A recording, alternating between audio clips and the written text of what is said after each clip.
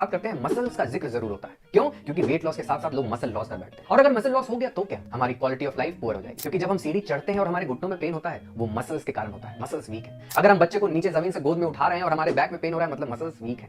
अगर हम जमीन से फटाफट उठ नहीं पा रहे, मसल्स वीक है। वेकेशंस पे हम थक जाते हैं, नी बैक पेन हो रहा है, मसल्स वीक। तो क्वालिटी ऑफ लाइफ अगर अच्छी चाहिए तो मसल्स की क्वालिटी भी उतनी ही अच्छी होनी चाहिए। लेकिन मसल्स मेटाबॉलिकली हाईली एक्टिव होते हैं, यानी कि आपकी बॉडी का मैक्सिमम मेटाबॉलिज्म आपके मसल सेल्स पे डिपेंड करता है। इसीलिए जैसे ही आप एक कैलोरी डेफिसिट डाइट पे जाते हो, यानी कि जरूरत से कम खा रहे हैं, यानी कि इनकम कम हो गई है, तो बॉडी अपने खर्चे कम करेगी। बिल्कुल उसी तरह जिस तरह आपके घर में होता है। अगर आपके घर की इनकम 50,000 रुपए है तो उस हिसाब से खर्चे हैं 20,000 25,000। लेकिन अगर वो इनकम कम हो गई तो क्या आप खर्चे वैसे ही करते रहेंगे? नहीं, आप अपने खर्चे काटेंगे। बिल्कुल उसी तरह बॉडी भी है। अगर उसकी इनकम कम हो जाती है तो बॉडी अपने खर्चे भी काटता है। इसीलिए कैलोरी डेफिसिट डाइट पे मेटाबॉलिज्म कम हो जाता है, क्योंकि बॉडी को अपना खर्चा कम करने का एक सबसे अच्छा तरीका आता है मसल लॉस करने का।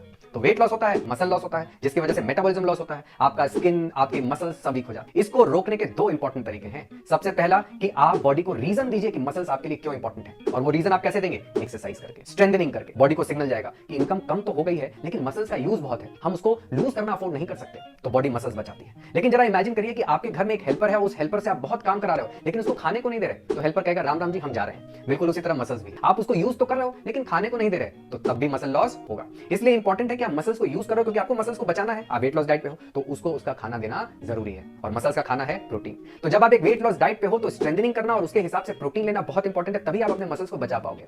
तो कैसा लगा ये इंफॉर्मेशन आपको कि आप अपने मसल्स को कैसे बचा सकते हैं? मुझे फीडबैक में जरूर बताइएगा।